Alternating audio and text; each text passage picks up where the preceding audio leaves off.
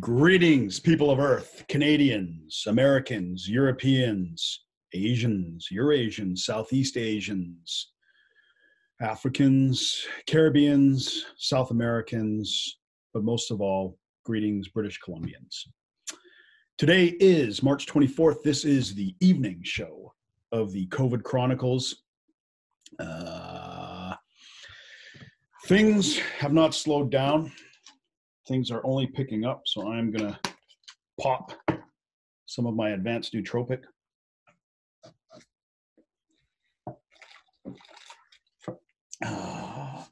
Shout out to A&W for staying open and or keeping the drive-through open under safe circumstances.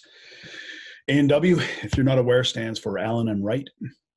The coffee is not too bad. It's mediocre. It's serviceable in a pandemic, I guess, I would say. Not great, but pretty good. Shout out to Terry McLean, the Power Junkie, Jixer, Grace, Long Duck Dong, the Donger. He's my favorite. Tammy, Kim, Lisa, Carol, Charlene, Rick, Rhonda, special friend of the show, Lisa, and everybody else. And remember, Facebook is crushing these links every time I put them up. So hit the like and the subscribe button while you're here now on YouTube, because Facebook's going to bounce me sooner or later. I'm pretty sure they're very sensitive about anything that talks about political developments or the coronavirus. Today we are in the Corona Zona, the COVID Chronicles. So we are going to start, as we generally do, with a look. Hang on, let me find out where we are here. Let's hold on, guys. Hold on just a second. I've got so much information tonight that it is going to take me a while to find it all. But find it I will. All right. So let's start off with our basic check. We are currently looking at 418,474 cases of the coronavirus. Oh, and I've often said that the case count, you can take that with a grain of salt, because it's really dependent on how many tests are being done, right? You test 1 million people, you're going to get a lot more people with the virus than if you test 1,000 people, obviously, right? Having said that, it does indicate that there are really a lot of people walking around. A lot of people making the rounds, walking around. Oh, hey, before I forget, special shout out to our new producer. We are going to have a producer on this show. His name is Dave Darnley. Shout out Dave Darnley. You're going to notice the Darnley effect pretty soon, I think. So let's go through 18,611 deaths worldwide, confirmed deaths. China, we saw China's numbers earlier today. They had 71 new cases, and China is seeing a bit of a bump back up, certainly not to big numbers, but definitely moving up a little bit. And like I say, that's a result of expats coming back to China. And one interesting thing about China that I learned is, you may have heard that where this virus broke out in the city of Wuhan, the Chinese, they quarantined the entire city. But what they did is they gave a notice of when they're going to quarantine it. And I think it was like a 12-hour notice. And as they did that, 5 million people left the city. And that is the main reason that this virus has spread so far and wide, I think. And again, it goes to a point I made in an earlier video, no half measures. You know what? Something like this, if you are that concerned about it and you do believe that it is that serious of a problem, and these people will know this better than us, health advisors will certainly have that kind of insight, then you can't have half measures. You got to say, look, man, we're ripping off the Band-Aid. We're going full closure, everything. It's going to be done overnight. We're going to do this for 30 days. We're going to stop this dead in its tracks. And then we'll take the hit, but then we'll move on and we'll recover. When you do these kind of gradual incremental measures, then you're always playing catch up, and you never know when they're going to stop. It's that's just a mess. So I won't go on to that too long. So Italy, we had been seeing the new deaths trending down in Italy, and they've spiked up again. So again, this number of new deaths is at higher than 10% of the total dead. So anytime that's higher, and it has trended up just in the last 24 hours, that's kind of a negative sign, of course. The U.S., the death rate is still trending up there, and the U.S. cases are really, really climbing. At this rate, they're going to overtake Italy before too long. Spain, things are still going full tilt there. None of these places really look like they're slowing down a whole lot. The UK, a lot of new cases in the UK, a lot of new deaths in the UK. The new death rate is trending at 87, about 20%. Canada, our own country, we're approaching 3,000 cases, 700 new ones. And these new cases are really skyrocketing because of the new testing that has come in Ontario and Quebec. BC, I'm not sure yet.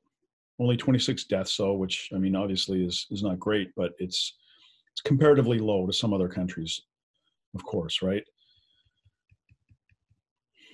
And is there anything else that jumps out? Japan, we should be learning from them. It looks like they have, considering their location, they have a pretty decent control of things. Indonesia is another country we should be looking at. Indonesia is a big country. The population of Indonesia it's well in excess of 200 million. It's probably about 250 million. And for them to have that few cases, they're either their reporting structure is absolute shit and is completely inaccurate and doesn't reflect what's happening there at all, or they're doing a hell of a job locking things down and keeping control of things. And one of the things I have heard is that a lot of countries around the world are really taking this seriously in terms of travel, movement, and all that stuff. And, you may hear me criticize the government, but I've said time and time again, okay, if you want to put drastic measures in, don't put some mystical far off date like December 31st, 2022. Okay. We don't need you to have special powers until then. Look, give us a clear date and give us an indication of what the expectation should be, right? Like, we want to know, what do we want to see? Do we want to see the rate of new deaths? Do we want to see it slow to X? Or do we want to see the number of people tested? Like, so far, I think for every 100 people they test, 85% of them don't have the virus. It's between 85 and 90 don't have it. And it's about 10 to 15 that do. So maybe there should be some numbers there. For every 100 people we test, we want to see 95 or more that don't have it. And then we can start loosening restrictions. We need concrete metrics in place to let us know that if these things are working, right? Because right now, we're going to be looking at this 2 weeks from now and say, yeah, more cases. Yeah, more people have died. Is it improving? We don't know, right? We have to tighten up measures even more. It's just, sorry, man, it's frustrating, but I really feel things are being botched. And, the more people screw up early in the process, the more problems, the longer everything is going to drain out. And we'll see why that causes problems of its own, right? So across Canada, Ontario and Quebec are closing their borders. They are closing their borders to internal traffic as well. Ontario Premier Doug Ford has come out, said it's a tough decision, and he agrees with me. Not the time for half measures. Okay, so that's what Ontario is doing. Quebec's doing the same thing. We just talked to a buddy of mine today who gave me an update on the logistics situation, and even trucks. Only trucks carrying essential goods are going to be allowed into the province. So we have heard that before, that commercial traffic is going to continue, but it is only selective commercial traffic. So that is really tightening up. And Quebec, we've seen a big spike in the cases in Quebec. Big spike.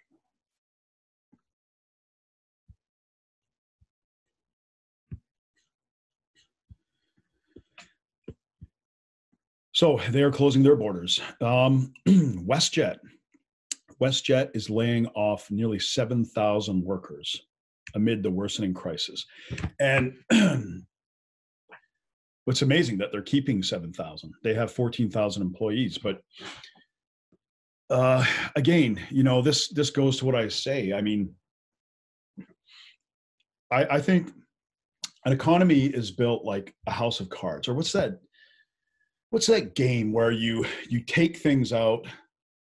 It's a Jingo or something like that. But anyways, you have this little structure of all these little pieces, and everybody takes one out, and one person gets left pulling something out, and that's when it all collapses.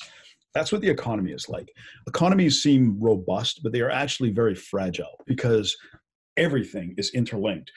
And the more global your economy is, the more interconnected it is. There's a lot of downsides that come with that.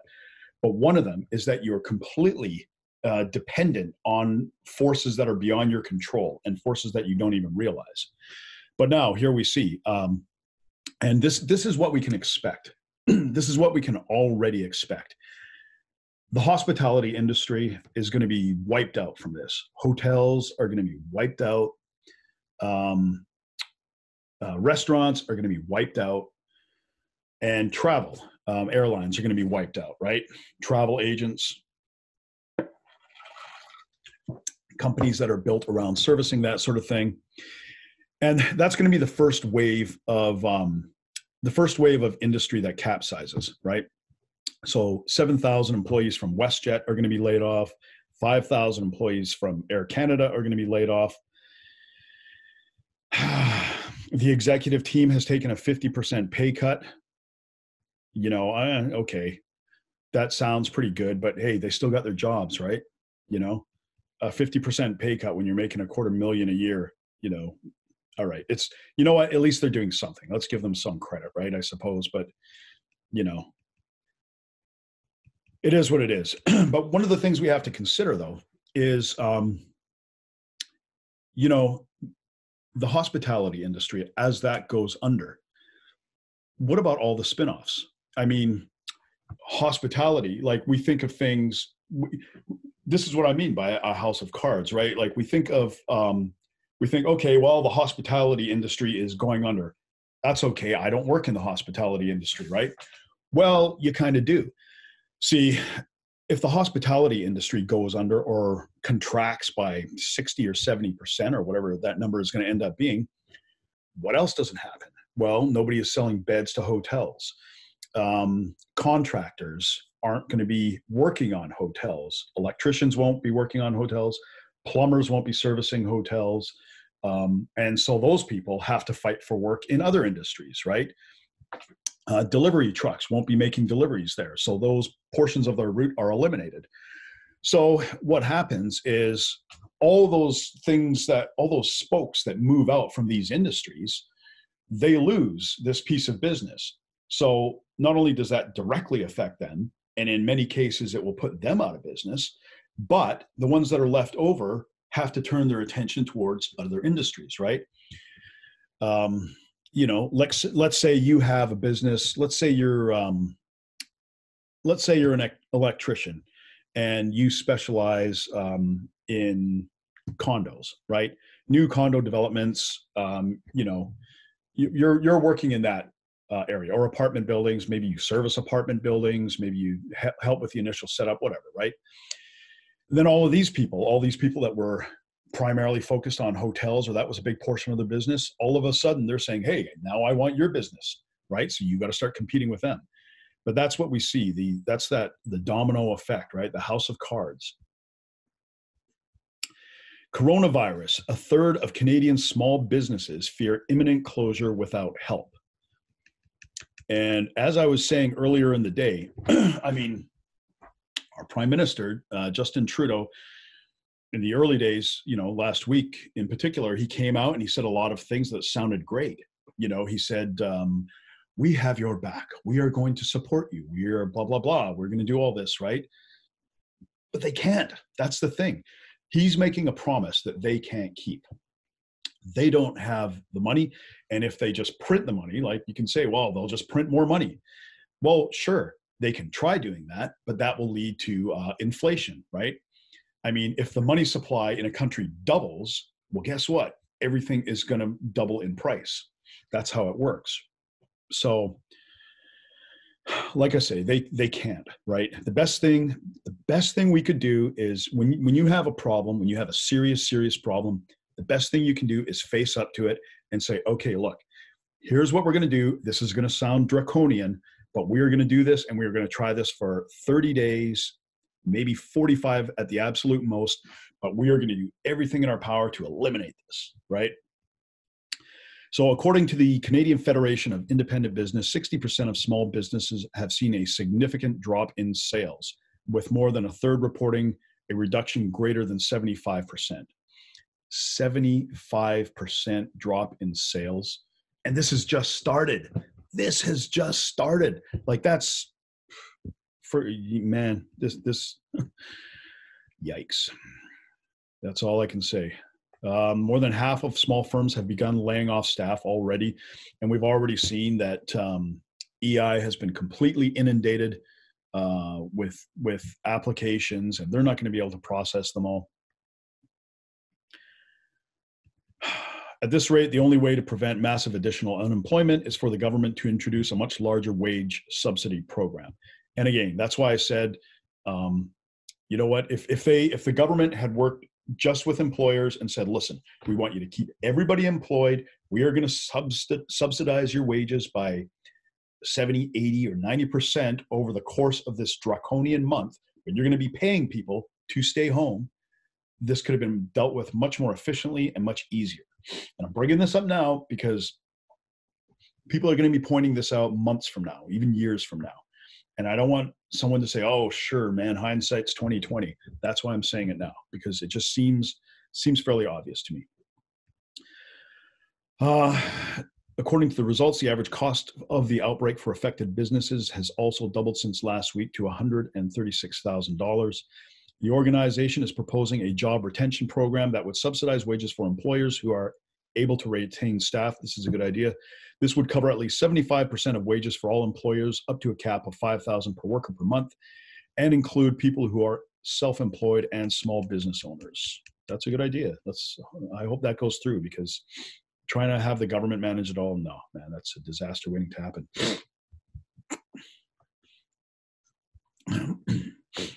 Sorry, I'm feeling a little stuffed up. I've developed a bit of a cough and a bit of a,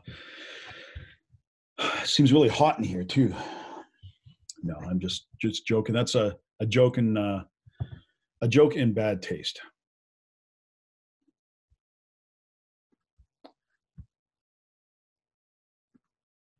So what we are looking at is some devastating effects on the economy, right? We're not getting away from it at this point. It's more or less just a case of how bad will it get. And one thing you may have noticed, one thing that's kind of gone unnoticed, and it hasn't really been reported on by the media, is the falling gas prices. Has anybody noticed that gas is really cheap now? You know, it kind of sucks when you can't really go anywhere, but yeah, gas is super cheap. And this has been happening a while, though. This has been in the works for a while. And while it may be affected by the coronavirus, it is not a result of COVID-19. So let's take a look at what is happening around the country with gas prices. So here we look to Toronto. This is Gas Buddy. These were updated just within the hour.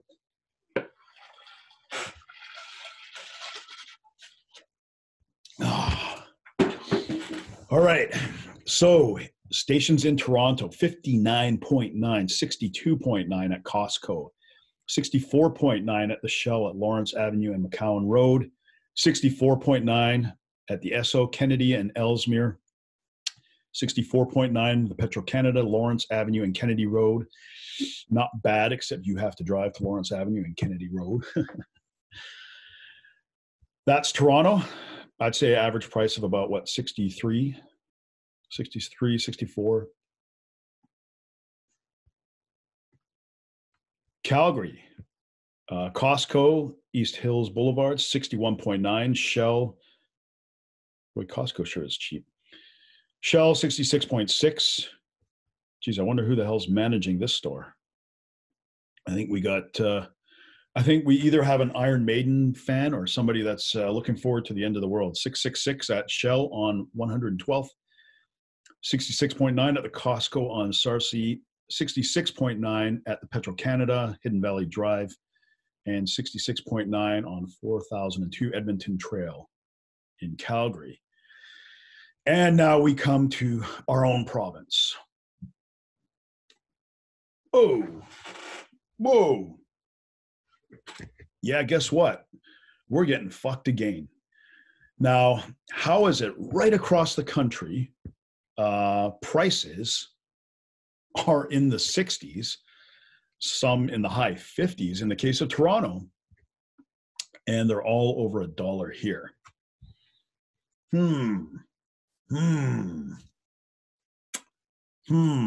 That's something we should think about, right? And I mean, these prices, 101 at Esso on Fraser Highway, 101.9, that's 184th and 16th Avenue. I don't know about that. I know that Chevron, and I was there today, and it was about 107, actually. I went by that one today. The rest of them, 103.9, 103.9. I actually haven't seen that. Most of what I've seen today is around 107.9, 108.9. But nevertheless, gas has dropped. We are getting fucked here in this province. And that is a result of taxes and green fees that have been jammed into our prices. And you may say, well, why? Yeah, but Alberta produces oil. Okay, but Toronto doesn't, right? Toronto, they're shipping it to Toronto just as much as they are here. It's even going farther, right? So here's a look at some historical prices. So October 2019, let's take, let's take Toronto.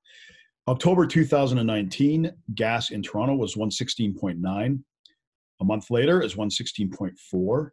December 116, January 114, February 111.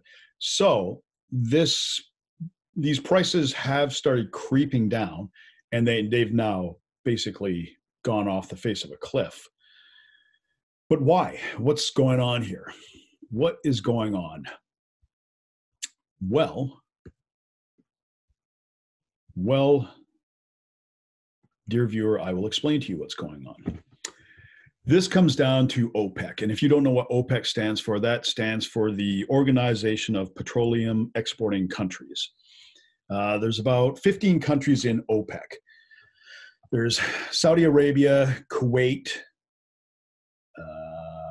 I think Nigeria is one of them. There's a few others in the Middle East. Iraq is one of them. Venezuela might be one of them. Canada, the United States, and Russia is considered OPEC plus. So they're sort of within the framework of OPEC, but just slightly out of it. And that they work with OPEC, they coordinate with OPEC, but they are not a part of OPEC. So what's happened is in 2019, OPEC wanted to reduce production of oil. There was some fall off in demand in 2019, about midway through, and Russia did not want to do that. So OPEC reduced the amount of production, and Russia kept theirs where it was. And of course, that led to some stability, but it didn't last. And Russia began to increase their output simply because they wanted the money, right? That is their primary revenue driver in Russia. And they've had sanctions on them for several years. So of course their economy is, they're finding ways to drive revenues into their economy any way they can. So Saudi Arabia said, okay, listen, assholes, you're going to produce more oil. we will produce more oil than you. And that's what they started doing. Saudi Arabia has the largest, what they call spare capacity. Like, let's say the country of Russia produces 500,000 barrels a day.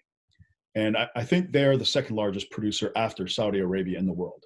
But all these countries have spare capacity. And so Russia, let's say they have 50% spare capacity, or enough to produce they have 500,000 barrels of spare capacity, so they can produce up to 1 million. And Saudi Arabia has the same sort of thing. So Saudi Arabia, like I said, they said, fuck you, we are producing more oil. And that's what they started doing.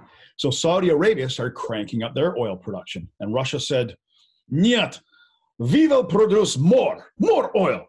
And Russia started increasing theirs. So they were getting into a production war.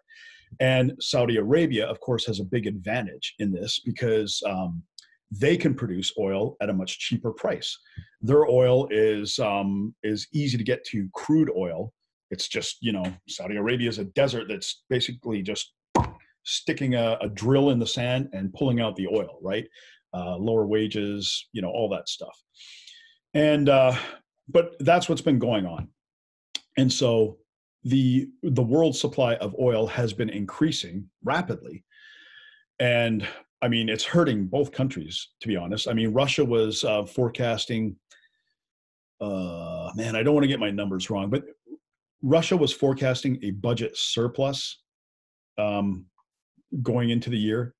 And now they are looking at a deficit. Saudi Arabia had a budget forecast surplus of, I think, something like 150 billion, and that is now down to like 40 billion. So it's actually hurting both countries. But hey, we're getting cheaper gas, right? Of course, though, this is the reason that's led to the gradual decline. But now, of course, with this coronavirus, everything has come to a halt, and so they're getting the perfect storm of demand is going whoomp and supply is going whoomp. So anybody that knows, this is economics 101, the law of supply and demand. Low supply, high demand, high prices. High supply, low demand, low prices. And that's where we're at right now. However, there are some problems, though, that can come with this. As oil prices tank, it has a really large impact on economies at large. It really impacts banks. And you may say, oh, I don't give a shit what happens to the banks. Well, you kind of do and you kind of don't. Because, I mean, like it or not, banks are linked to they're linked to every single part of industry. And once they have problems, then again, this ripples through and it shows itself throughout all of industry. Also, we have to look at the decrease in demand. Eventually, that's going to lead to a decrease in production, which will make it harder to ramp up to get the economy going when it does need to get going. And you also have to look at, along with oil, there's oil products, right? Like gas, obviously, is one of them. Diesel is another one. So as those things adjust, those other byproducts are going to become scarce as well. So this is what we have to look forward to. And as I say, simply remember that the world has become so globalized over particularly the last 20 years. And really, I mean, nothing was really learned after that last financial crisis. Not much anyways. It's all just been full speed ahead. And the house of cards just keeps getting built up. And, we're removing little cards here and there. And then you think it's somewhat stable, but then along comes something like COVID-19, right? And this has the ability to completely capsize the entire economy. So I wish I could leave you on a better note. Actually, I will leave you on a better note. I will leave you on a better note. I'm going to give you one more black pill, and that will be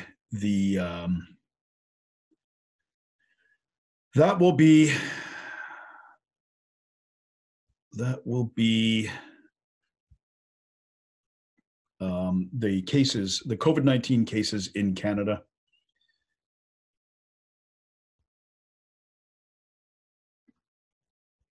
Let's go through those real quick, just for some updates. Okay. All right. So looking at Canada now, there are just under 2,800 cases in Canada. So Nunavut's looking pretty good right now. Either that or just nobody knows it or nobody's gone up there, right? So we have 2,563 that are actually confirmed, 185 recovered, and 26 deaths and 18 presumptive. The reason this 2,563 is different than the 2,792 is because recovered, this includes recovered cases. And we had 701 new cases today, and that's more and more testing has come on board. New cases today, 145 in BC. So far, 173 people have fully recovered, or 20% of the province's total cases, 28%. That's a full recovery. Full recovery seemed to take a long time with this virus as well. But I think we should grab those people, assuming they are under the age of 70, and put them to work, because they probably have an immunity now, right? Alberta has 57 new cases. Saskatchewan has 6 new cases. New Brunswick, 1 new case. Newfoundland, 11 new cases. Wow, 35 new cases in Newfoundland. That's kind of surprising. They had just 3 a couple days ago. Quebec is up over 1,000 cases. Nova Scotia, 10 new cases. Manitoba, 1 new probable case. Ontario recorded their 8th COVID-19 related death in the province and 85 new cases. So there you go. There you go.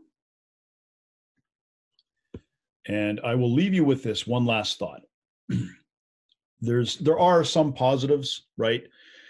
And if this COVID-19 has proven anything to us, it's that everything around us is temporary, right? Our lives revolve around, work, gym, malls, movies, classes, this, that. And, they've all gone, right? And we're learning to live without them. And that can't be a bad thing, right?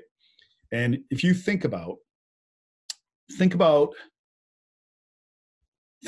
best times of your life, and think about some of your best memories and your best experiences. Most of them, I'm willing to bet, simply revolve having good times with other people, right? Good times with your family, good times with your friend. I know there's an isolation on right now, but we can still get together in one-offs, and we still can spend time with our families. So that is something really to look forward to. I mean, I've realized this myself. My life has gone by at like 100 miles an hour, and it's a bit of a shock to the system to suddenly gear down from 5th to 1st. But there's things we can enjoy about it too, right? We can enjoy some of the simple things in life again. We can realize that our entire existence doesn't have to revolve around consumption, purchasing, consuming, using, getting new stuff. That's just kind of you're really just living on the surface of your life that way. So take that thought with you. Remember, we're all in this together, and we are all going to get through this together, regardless of what happens, right? We will get through it eventually. See you guys later.